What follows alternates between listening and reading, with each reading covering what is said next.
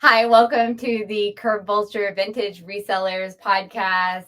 I am your host, Elaine Mingus, owner and founder of CurbVulture. We are located in Austin, Texas, where we bring Austin the best vintage that Texas has to offer and keep history out of the landfill. Today, I am so excited for my guest, Perfectly Imperfect Furniture. She was one of the people that were recommended to be on my podcast. And so I reached out and she so graciously said yes. She will tell you a little bit about herself and how many followers she has. So I'm going to let her introduce herself and then we'll get into the podcast. Go ahead. Yeah. Hi, you guys. I am Jen Talley. My business is Perfectly Imperfect Furniture. I have been doing this for about 10 years now. It not as a business for 10 years. It kind of started as a hobby and grew into a business. I refinish and paint vintage furniture that I find either through, thrifting or estate sales, rummage sales, things like that, and make them beautiful again. You can see one of my pieces right here behind me. I work right from my home, and yeah, happy to be here. That's awesome. And you have quite a big following. So tell me how many people are on your Instagram, and is that the only place we can find you? Kind of tell me where else Yeah. we can find you. So on Instagram, I think I've been sitting around 105,000 followers for a while now. So I have a really great following. Not only is it, a nice number, but very, very loyal. I have built relationships with many of my followers. I talk to people, they interact with me on my stories and messages and things like that. So I feel very lucky with that. I actually started on Facebook. I have less followers over there, I guess, but I don't even know how many. The last time I checked, I'm not even sure. But yeah, so Facebook and Instagram. Haven't ventured into YouTube yet, but hopefully coming soon. Yeah. There's so many platforms. We all need a VA to get our stuff on all the platforms. I know that all my stuff feeds to Facebook and I put some stuff on TikTok, but it's always just an ever-changing landscape of getting Yeah. everything on there. Everything needs different formats. So I totally understand that. Yeah. But 10 years is a long time. Do you have a website? I don't. It's just Facebook and Instagram right now. Awesome. Well, and it just goes to show you that you can build an entire business without having to pay for a logo and Yeah, web design and all that. So that's absolutely. really, really cool. So have you been on Instagram all 10 years? No, like I said, I started on Facebook and I haven't even been there for 10 years, maybe 7 or 8. And then I think I started my Instagram page in like 2017 or 18. So And your name, Perfectly Imperfect. I love that because that's exactly what just life is. But kind of talk yeah. about how you came up with that name. Well, like you said, it's not only my business name, I feel like it's my life's mantra. Perfectly imperfect, right? So with my furniture, because I work with vintage furniture, it's never going to be perfect. If people want perfect furniture, they're not my clients. They will go to a mass manufactured furniture store and buy something that's perfect. And that's okay if that's you, but that's not me or my clients. So my furniture is never going to be perfect. I don't want it to be. I want it to be unique, one of a kind. All of my pieces are, because it's piece one of one. It's not mass manufactured. The name also kind of started in the beginning. I did a lot of different techniques that I still do, with distressing and chippy milk paint, and where like the pieces looked imperfect, but that's how they were supposed to look. That's how I wanted them to look. So that's kind of how the name started. But I still love it, and it's not only my name but my way of life. Yeah, no, and I know that, I mean, I don't paint furniture a lot over here. Mhm. I just try to get stuff that's, already in good condition and that, just the wood look. But I do remember when I was picking up stuff on the side of the road that I'd pick something up and all I had was oops paint. And I would Mhm. paint with oops paint and then do like a varnish over it and cross my fingers and hope for the best. Right, right. So hopefully those pieces withstood stand test of time. But Sure. there's that place that, I mean, I wasn't charging when I charged out either. So Right. I think they got a good deal one way or another, but it's all a learning process. So kind of talk about you went from doing this as a hobby and then you turned it into a business. What does that look like for you? We bought our first home in 2013, and we, moved from living in apartments and duplexes to living in this home, and we needed to furnish it. And at first we went out and bought all of the new furniture that was turned out to be it was cheap, but not cheap. And things were falling apart. And I was just like, you know what? I'm going to see if I can redo this old desk that I have. And it kind of started like that, where I was just doing pieces for myself and to fill our home. And, so it was a hobby. It was a huge learning experience. When I look back at some of my first pieces, it's like cringe, but then I loved it so much. I just fell in love with it, that it was a passion and I couldn't stop. And I just wanted to do more and do more.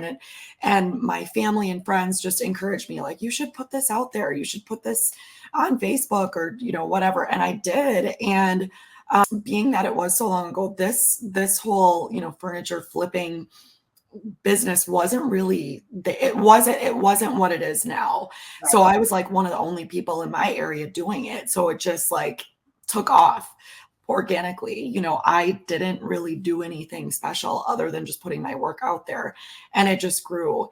And then the more like word of mouth that I got, especially within my local community, it just took off. And then with Instagram, I not only was I sharing my pieces, but I was sharing my process and giving my tips and advice. And, people flocked to me for that because I think they wanted to learn just like I did. It just kind of grew from there.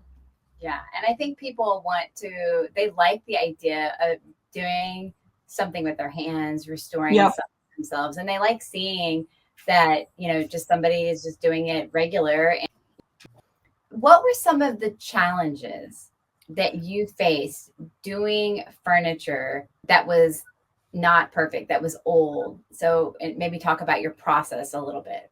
Yeah. I mean, in the beginning, it was just the whole thing was a learning experience for me. I had no idea. I was just doing it because I was curious about it. I wanted to give it a try. So not only did I not have like the knowledge of what I needed, but I also didn't have the tools and the setup that I thought I needed. So that was one of the challenges in the beginning, just kind of learning as I go. Looking back, it's like that is the only way to get better, is to make mistakes and figure it out as you do it. So many times people ask me like, I want to get started. I want to do this, but I'm scared. I don't know what I'm doing. I don't want to ruin it. And, my advice is always like, you're never going to learn how to do it unless you try. Even if you just listen to me and follow every step that I give you, something will come up that's unexpected. And the only way to figure that out is just to do it and try different things. And with every single piece of furniture, even now, 10 years later, I'm still learning something new. So I think in the beginning, that was just like a frustration. And I feel like that might be something that would hold people back, but I would just encourage them to like work beyond that and just keep going. Almost every mistake, or if you feel like you ruined it in this business, almost everything is fixable one way or another. Agreed, 100%. And you can't compare your beginning to somebody else's middle. Right. And, like what Bob Ross always says, like, there are no mistakes, just happy accidents. Yep. And I always tell my kids, like, just make it make it look like you did it on purpose. Right. And again, so, perfectly imperfect. exactly. And so I see one of your pieces behind you, and you're coming from your home and you work from your home. Mm-hmm. How has your space and where you actually do the work? So when I first started, like I said, it was a hobby. So it was, working outside in my garage, but I am in a cold weather state. I'm in Wisconsin. So, I couldn't do it all year round in my garage or outside in my driveway. Once I was doing it more and I realized that I wanted to do this year round and this was going to be my business, we just kind of moved it into this front area of my house. And luckily I have a husband and a family who's just like, go for it. They're used to it. They don't care. They don't mind the mess. It's part of me and who I am, and they love it. So it's It's hard because I feel like my house never fully looks clean because I always have stuff, but at the same time, I love it so much that I don't care. So, Yeah, it's the true, I think, mark of an artist that your house yeah, is always kind of like this. There's always this one spot that's like, that's where I do my art. right, right. And so you really like, you talked about not having the right tools. What are some of the tools you recommend? And then we'll go on and talk about the paint that you use. Okay. You can do it with the basic tools. I did for many years. So, I think that's maybe another thing that holds people back is like, I don't want to invest that type of money into it. So you can do it with the very basics, the screwdrivers, the clamps, hammers. I would say where I'm at now, like my number one favorite, most important tool is my sander. And it's a festool sanding system so that I can sand in my house. So it's Wow. a sander that's attached to the dust extractor, and I can do it right in here without having dust everywhere. It's an investment, but it's 100% worth it because even when I'm not completely refinishing a piece, I always scuff sand before I paint, pieces like this where I'll maybe refinish part of it. So I use my sander for every project. So that would be one of my recommendations. And then as far as the painting part of it, I only hand paint. I exclusively hand paint. I don't spray. It's just a personal choice. I enjoy hand painting. I don't really have a space for spraying, nor do I have a desire to. So for me, it's good brushes and good paint. I think there's something very therapeutic about hand painting. Mhm. And you like to use, first of all, I'm blown away by the Festool sander that you Yeah. sand indoors. That is amazing. Yeah. Constantly cut. When I do redo a piece, I'm Mhm. covered in sawdust, and Yep. it is not a good. It's not a good thing because I have to make sure I protect all my other furniture and keep Right. it down as well. So, but you are using the Melange Artisan Mineral Paint. Yep. Why have Yep. you decided to use that paint? So over the years, I've tried everything. It started out with just the hardware store paint. Then it was, make your own chalk paint. And then I got into Annie Sloan chalk paint, which I still love, but I use that for when I'm going for a certain look or, old world feel. And then there was just several different brands along the way that I'm going to try this. I'm going to try this. Actually, Melange found me. They were just starting out as a tiny little company and reached out to me and said, would you like to try our paint? And I said, sure. It happens a lot on Instagram where, companies want to get their product out to you. And I tried it and was just, I fell in love. It's so good. It's so good. So as I started using it, more and more people were interested in it too, because I would show it and talk about it. And so I was sharing and it was getting out there. They were growing. And as they grew, they offered more colors and more products. And it's so good. It is the product that I use it's an all-in-one paint. So the primer and the top coat is built in. So it could not be easier to use. That's number one. You can brush it or spray it. And when you do brush it, there's no brush strokes. So it self levels. It is super durable. And I can attest to that because I have several pieces in my own home that I've painted and, they've stood the test of time. So I have just found it far superior to any other paint brand that I have used. Once I found it, there was like no looking back. And I do encourage people, what works for me may not work for everyone else. But because I had tried so many different ones, it was like, when you know. And that's kind of what happened with this paint for me. Somebody else might use it and maybe they're used to using a different brand or whatever. And they're like, oh, I just don't like the way this feels or looks or whatever. But for me, it was just like, this is it. And I've kind of never looked back. So, does it have like gloss, matte? Like, are there different sheens for the different paints? No, there isn't. The finish, the sheen is like, it's this perfect, it's not matte and it's not gloss. It's like this perfect satin finish. If you wanted a different finish, you can top coat. So if I wanted to get that higher gloss finish, I could use a high gloss top coat over it. So even though the top coat is built in, you can still add your own. And what is the cure time for that paint? So total cure time is 30 days. But I have found like once it's dry and it's sit overnight, like I'm not gonna like mess with it. However, like let's say a client picks up a piece before the 30 days, I just give them kind of careful instructions to be like, full cure time is 30 days, so kind of baby it within that 30 days. Don't wash it, or of course, with any painted piece of furniture, you're not going to want to like take something and scratch it along the top or set a wet a glass of water on it or something like that. So I just give them careful instructions, but I definitely don't feel the need to hold it here for the 30 days. For the most part, do you try to hold it for 30 days before you give it to the client? No, because I don't have the room. I don't have the space for that. So if I held all my pieces that long, I would never be able to get anything done. So no, I just, if they want to take it home, they're before they come and pick it up, it's all wrapped up and all sealed. And then I give them the cure instructions for that. And I'm assuming do you send home like a little tiny touch-up paint or no? Sometimes I do. If they ask for it, I will. I don't have one of those kits. I don't know.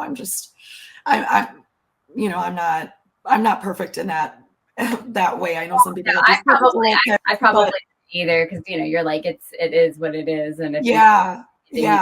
me, but yeah, I totally understand. But but I communicate really well with all of my clients. I have such great clients, and it just, having that one-on-one, like, you can message me anytime. And, when they pick up the piece, like we will sit and chat and talk and go over all of that stuff. So I don't feel like it's like, okay, just take this and be on your way. So I feel like I have built a more like personal relationship with my clients, and they can always reach back out to me and say like, I need some touch-up paint, or can you help me with this? And that's never been a problem.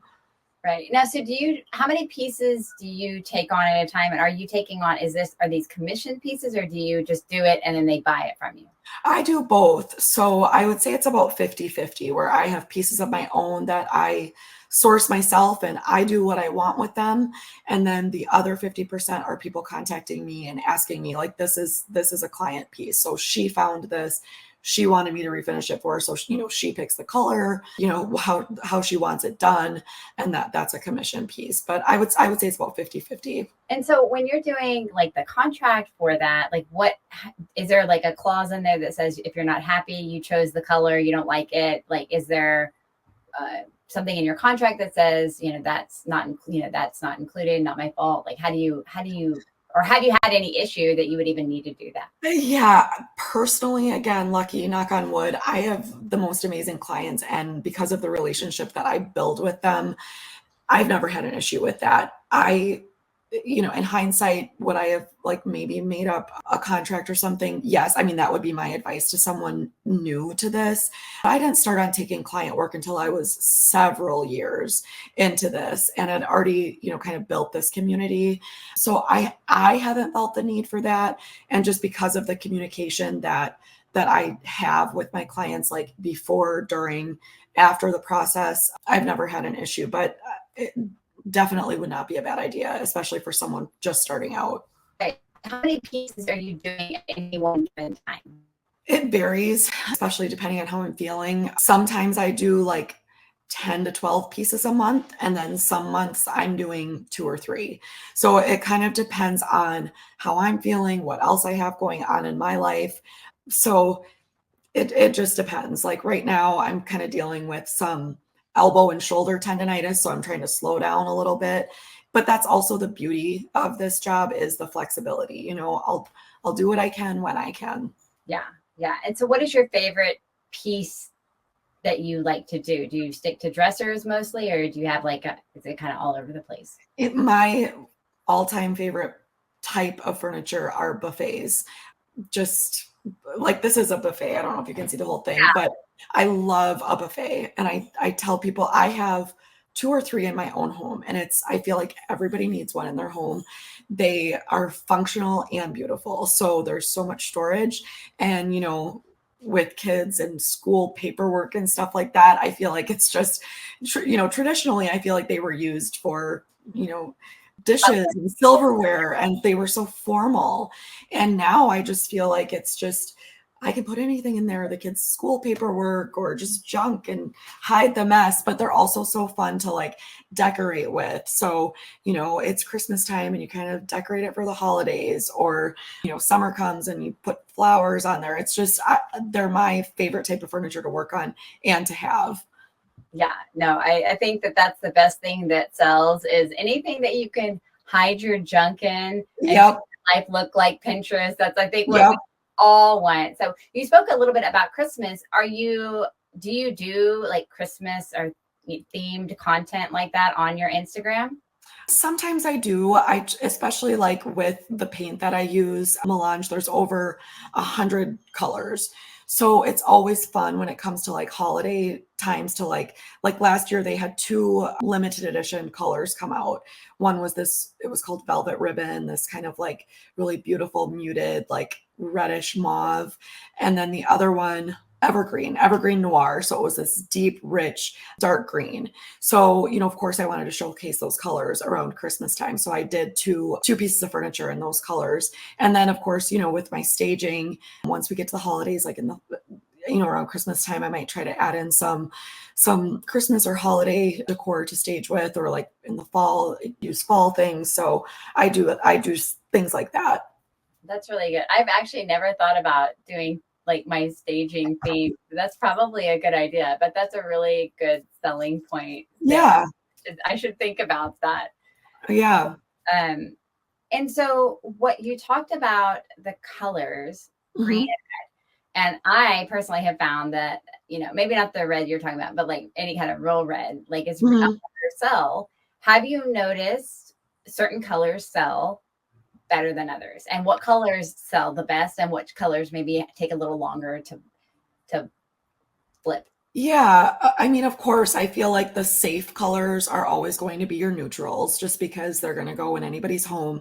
Recently, there's been a huge spike in blacks and dark, rich, almost blacks.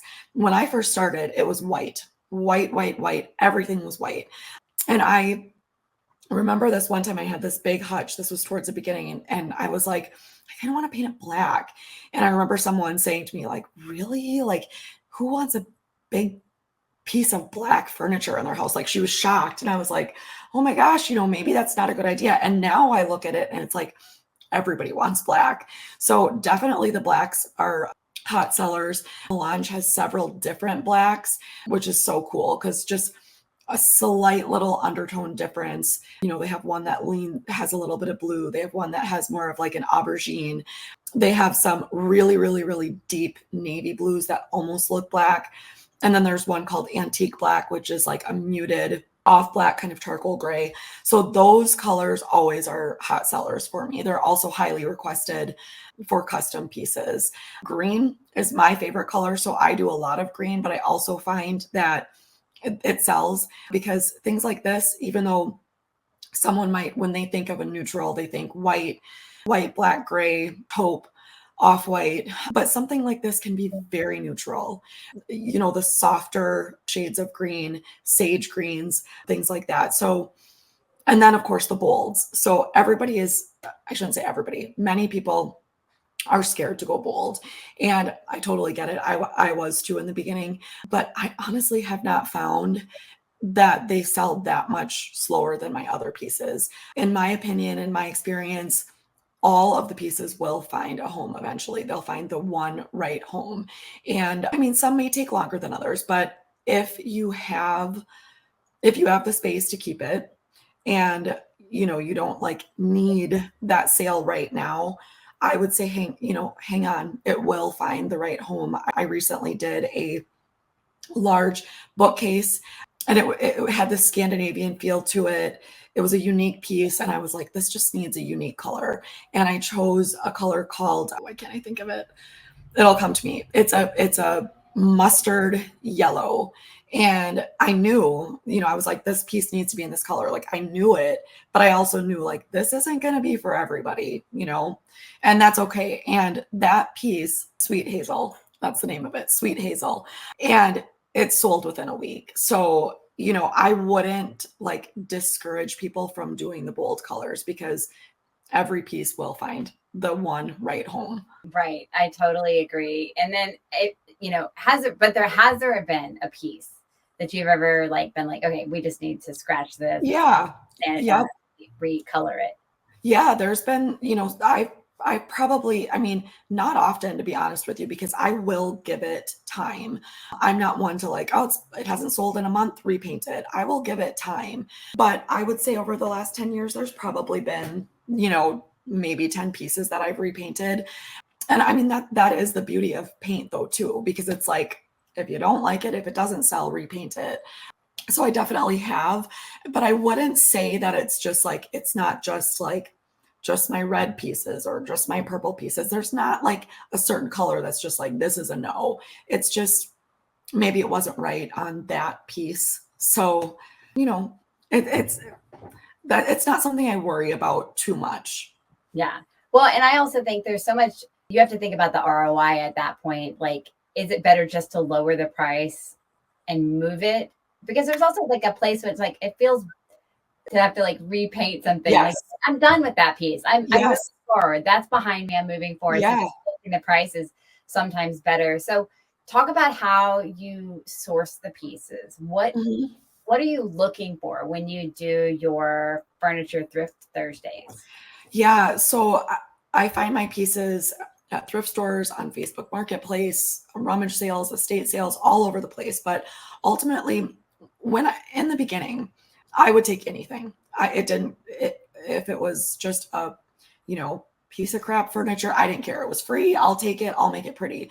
I have gotten much more selective over the years. And I don't think it's bad to take those free kind of crappy pieces because it's practice. It's how you learn. But now that I know what I'm doing and I've gotten better at it, I am looking for high quality, solid pieces of furniture. They don't have to be in perfect condition, obviously, because they might need to be fixed. Drawers need to be, shored up, or, it needs this or it needs that. That's fine. But the bones need to be good. And I'm also looking for pieces that sell. So, dressers, everybody needs dressers. They don't need, but my buffets sell very quickly. So I just kind of know what sells. I mean, sometimes like a big, beautiful hutch, I might see it at a thrift store for $50, and that's a great deal. But a lot of times those big pieces don't sell. People don't have the space for them. They're cumbersome to move. So there's things that you have to take into account for that. Yeah, definitely. It's so beautiful to see these, hutches. But, as somebody who also delivers her furniture, I'm thinking, oh my gosh, I don't want to move the glass. Like glass Right. freaks Mhm. me out. So, I'm always really careful when I'm picking up something with glass. Yep. I've gotten more and more picky as I've done this for, almost coming up 6 years. Yeah. One of the things that I am so jealous of you is the fact that you said Minnesota, right? Wisconsin. Wisconsin, sorry. I always get those mixed up. Close Like enough. the videos that you have on Instagram of Yeah. your Thrift Thursdays, I'm Yep. like, you're like, oh, I'm going to pass on that. I'm thinking, oh my gosh, I can't believe she passed on I that. know. I know. There are so many beautiful pieces Mhm. to choose from where I you're know. one of my biggest. I'm just like, man, I'm gonna have to get me a U-Haul and come up there, because Austin sometimes it can be kind of a wasteland. It's Yeah. where everybody in Austin's really into vintage and into Right. so that Right.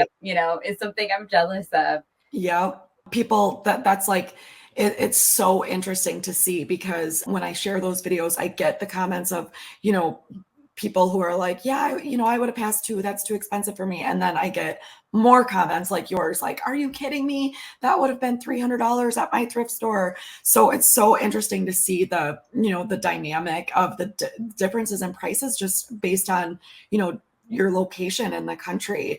And I don't live I'm not really in a rural area, but our city is like 30,000 people.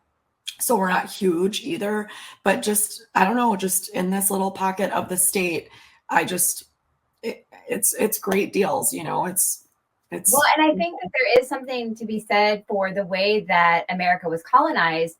You have people coming into the East Coast, and so the furniture over in the East Coast, there's probably a lot more. They were able to bring Mhm. it from Europe. And so even though it's spread out eventually, it's still kind of probably got some conglomeration on the East Coast or any of the port places. And then it's trickled down. So there's always, I think, or it seems that there's more in the areas that were first, colonized when America was first started or settled. And, I think that is just part of it too. And then, just the amount of people in a metroplex is, obviously going to pay. Right. And the vibe. I mean, I know that Austin is known, kind of keep Austin weird, the hippie vibe. Mm-hmm. California, same. Yep. And so there is a place where, because of the internet and social media, some of those trends that were kind of more specific to more the fashion industries or the more hip places like that have been able to spread more and more, and people are picking up on those trends. Right. Or they've gotten there as quickly. Yeah, for sure. So do you ever buy a piece of furniture at the thrift store and just flip it, or do you always paint? I've never bought a piece of furniture and just resold it. No. There's always something that I do to it. So sometimes there will be a piece of furniture that really it's so good, it's in such good condition, it really doesn't need much, but there's always something that I do to it. So they're like more than just cleaning it up. Like I will, do a furniture salve or, restore a finish, something like that. Even if it's one of those pieces that just needs a little bit, there's always something that I've done to it. A little bit of love. You're just changing the handles out or something. Yeah, right. Talk about your process from like when you bought a piece and I know your price point from what I'm watching on the videos seems similar to mine. You're like, $40 for a dresser. That's good. But if I start getting to 150, like, I don't know. I mean, for me, I will spend 150 on a dresser if I know I can flip it for 700. That's great. But I try to keep my overhead pretty low as well. Yeah. Talk about your process. Like, you bought the piece of furniture, you bring it home. What is the first thing that you do? So I buy the piece of furniture, I bring it home. The first thing I'm going to do is do a really good inspection of it, which I always try to do at the thrift stores too. But once you get it home, you can flip it upside down, you can take all the drawers out. And so I kind of get a really good feel for exactly what needs to be done. I didn't notice that this drawer is missing drawer glide, or here's some veneer chips that I didn't notice before. So I kind of just take an overall assessment of all of the repairs that need to be done. And then that would be step 2, do the repairs. And the whole time that I'm like working with it, I'm getting a feeling of what I want to do with it. You might have had an idea when you saw it in the thrift store, like, I'm going to sand this whole thing down. But then you come across a part that's like, well, this big veneer patch is going to need a big old patch of Bondo on it. I can't, work with that. So then you kind of change depending on what's wrong with it. So then, repairs are made, kind of getting an idea of what you want to do with it. And then, I feel like I've done it enough I have a good sense of like what this piece needs, or what would look good on this piece, or this color would be good on this piece. So, that is a question that I get a lot of times, like, how do you just know what's going to look good? And I think part of that just comes with time, because there certainly have been pieces that I've done that, looking back, I'm like, no, that didn't look good. That does not go with that piece. But you do get better at it over time, and just looking, elsewhere for inspiration too. I follow several other furniture refinishers and painters who inspire me. And then it's like, oh, okay, let me try something like that. So, yeah. So who are some of the people that you follow that inspire you? Oh my gosh. I call them my OG people, because like I said, when I first started, there was a very small, tight-knit group of us who did this, and now it's kind of blown up. So there's a lot of new people. That's great. That's awesome. But I'm just much more inspired and closer with some of my OG followers. Summer at Pinewood Charm, Krista at Deer Run Vintage, Mayor at 100,000 welcomes, Whitney at White House on the Square, Tiffany at Refab 6. Like, I could go on and on, but those are some of my like best like OG. Well, and I've not heard of any of it. I mean, that's how bad the internet is. I haven't heard of any of them, so I'm gonna have to go follow. Yeah, and I hope our listeners will go follow not only yours but also theirs. You talked about replacing drawer glides, which is thing that I don't think gets talked about a lot. Do you have a specific, do you like to take the old drawer glide out and just replace it completely? Or do you try to find the exact same one that matches the other ones? And do you have like, because I know there's like the ones that are like on the edges. Yeah. There's just all sorts. What is your favorite drawer glide? Well, that's hard because first of all, it's not something that's easy to fix. That's something that you do have to learn over time. And I don't think I've like perfected it by any means. And that's honestly one of the things that I look for when I am buying furniture. Like if I'm, messaging about it on Facebook, I'm like, do the drawers work good? Because it's like a lot of times, like, yes, you can fix it, but do I want to? Not really. It's not easy. It's not cheap. It's time consuming. And even when you do fix it, a lot of times it's not perfect. So that's like one of the things, do the drawers work good? So I don't have a favorite method or one that I use. I think it just depends on like if it doesn't have too much damage, like if it's something that can be fixed, maybe glued and clamped or whatever, that's obviously preferred because it's cheaper and whatever. But sometimes it's like the whole glide is missing.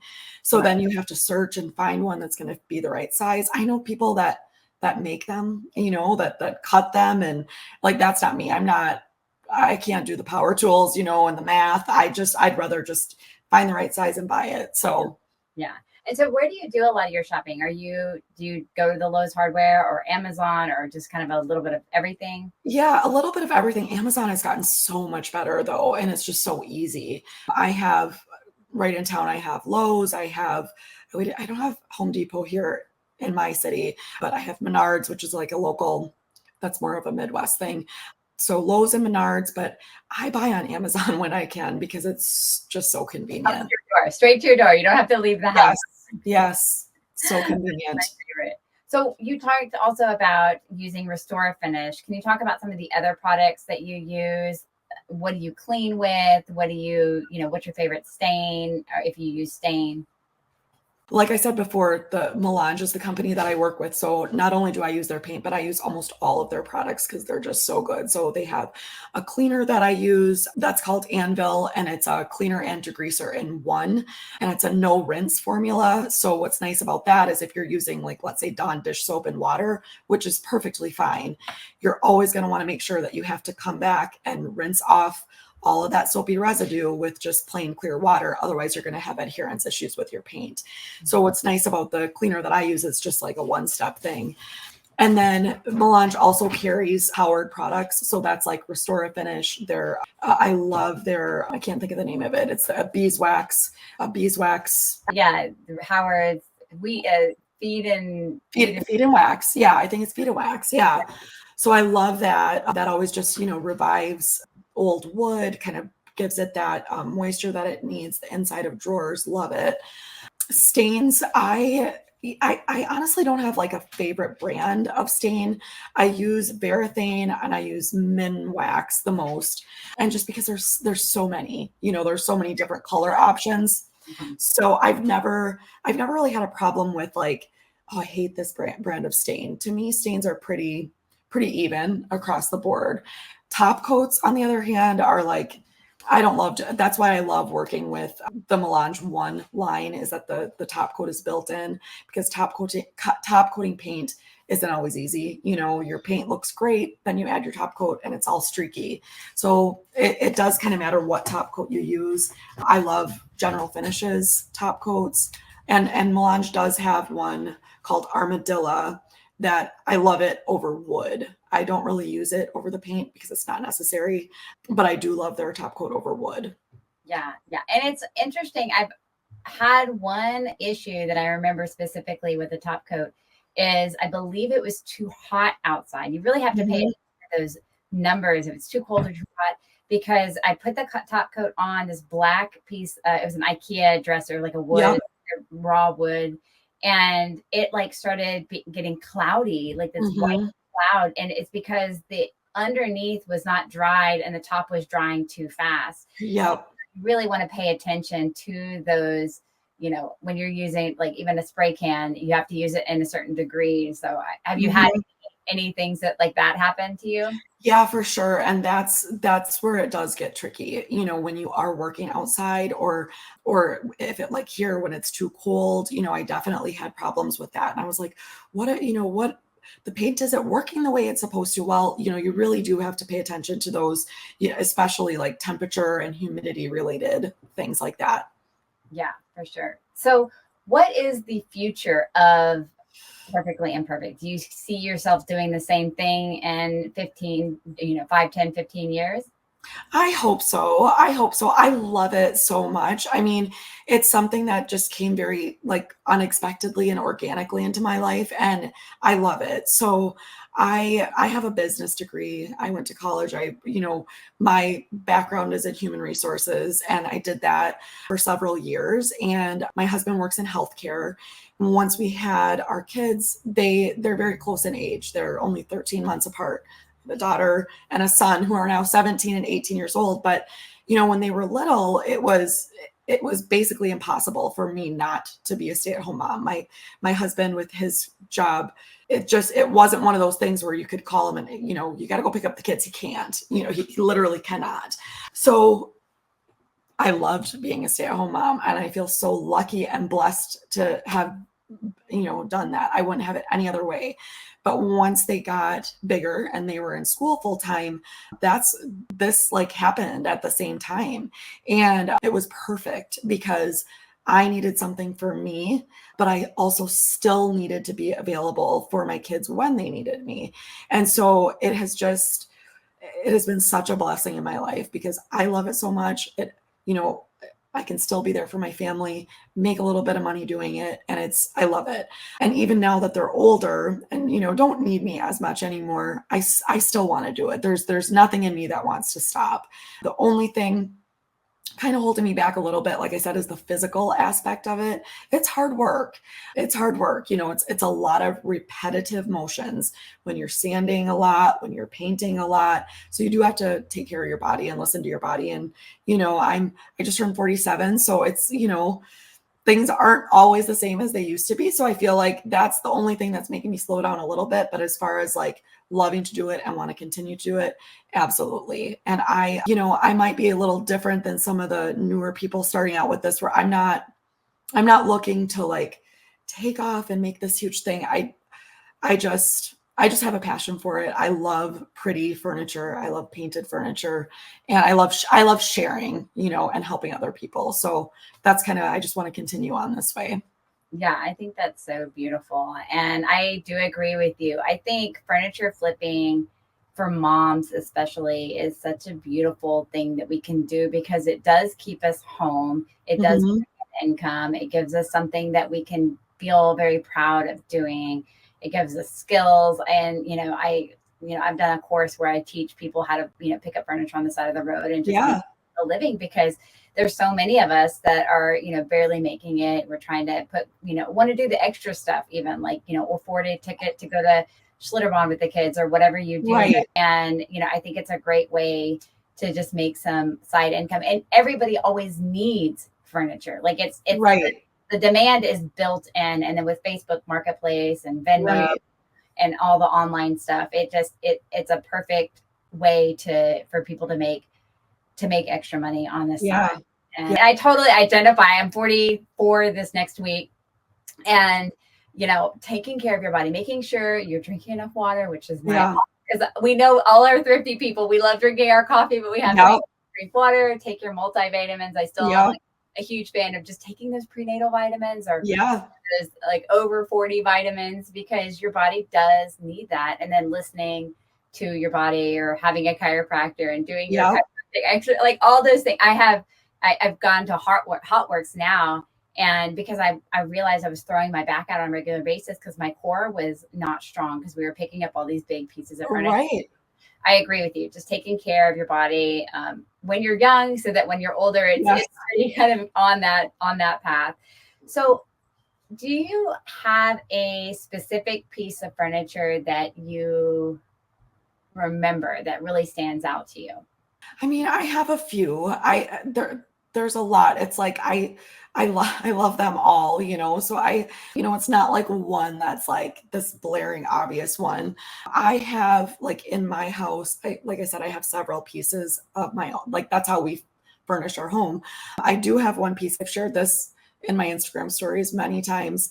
I don't even know. It's going to be way down there on my feed because it's very, very old. But it was the first big piece of furniture that I ever did. It's this large secretary. I'm looking at it right now. It's in the foyer of our house. And when I finished it, and my husband helped me, put the top on the bottom, and it was just like, it took my breath away. I couldn't believe that I did that. And now I look at it and I'm like, I, I see all the things I should have and would have and could have done differently. There's too much distressing. Why did I do that? But I'll tell you what, I will never change it. I will never change it because it's like a reminder of my journey, where I came from, where I'm at now. Pictures of my kids are always in front of the secretary from when they were little until my daughter and her friends just took a picture here, over senior homecoming. So I'm just like, it's my favorite piece of furniture, but it's not my best or my most pretty or most perfect, but that it's the most special to me. Well, I mean, it just like your name, it's perfectly imperfect. Yeah. So tell the listeners where we can find you at again, what you're doing online now, and just. Yeah. So you can find me on Facebook and Instagram, Perfectly Imperfect Furniture. And I hope to be getting on YouTube. I've been, trying that a little bit because, like I said, one of the things I love to do is teach and share. And I feel like that's where YouTube would be a good fit for me. I just haven't made that leap yet. But Facebook and Instagram, I share daily stories of just kind of what I'm doing, or sharing paint colors that I'm using, products that I'm using. Like I said, I have real conversations with my followers daily, several that I feel like I've become friends with because we message back and forth so much. It's great. So if you find me on Facebook or Instagram, never hesitate to reach out or ask questions. And then, like you mentioned, I do a weekly furniture Thrift Thursday reel, just kind of showing what I find in my area, why I would buy it or wouldn't buy it. And then, of course, I share my pieces as I finish them. I love that. Well, thank you so much, Jen, for agreeing to be on the podcast. I definitely think this is one to go down in the books. It's been so informative. You have such a plethora of wisdom, and thank you so much for sharing it. Is there anything else that you would like to say before we sign off to the audience or someone starting out? I think it's the advice that I always give. And I think I even said it earlier, is like, you're never going to know, you're never going to learn if you don't just try.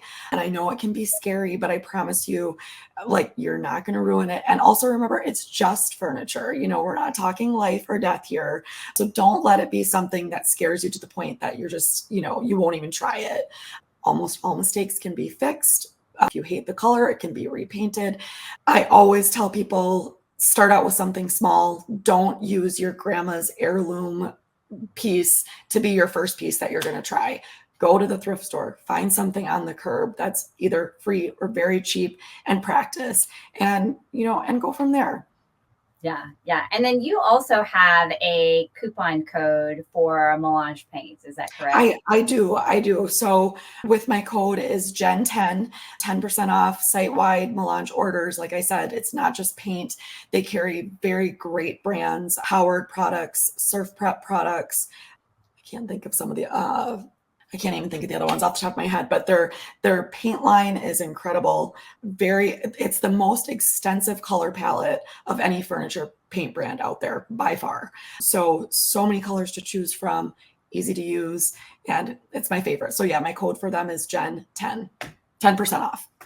Awesome. Well, thank you again. And everybody go on Instagram and follow Perfectly Imperfect Furnitures. Go to the Melange Paint and use Gen 10 for that discount. And just signing off here as CurbVulture. Stay tuned for next time. We are going to continue our journey to learn more about the reselling business from all the people that know just different things. So if you haven't checked out our previous podcast, definitely do that, because there are some really fun guests that we've had on, and I can't wait to see you next week.